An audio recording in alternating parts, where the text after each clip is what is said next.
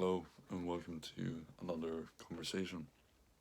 In this video I just wanted to tell you to measure your progress in some way, because if you know if you're making progress, it's much easier to make progress, right?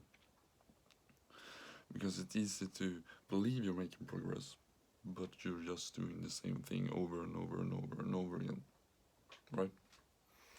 So try to measure your progress. If you're going to the gym, measure your reps and sets and weight, and then you can progressively overload. Make it a little bit harder each time. So that's what you should do with all your work in some way. You should do harder and harder work, more difficult ones at least, and then you will get more results. See you next one.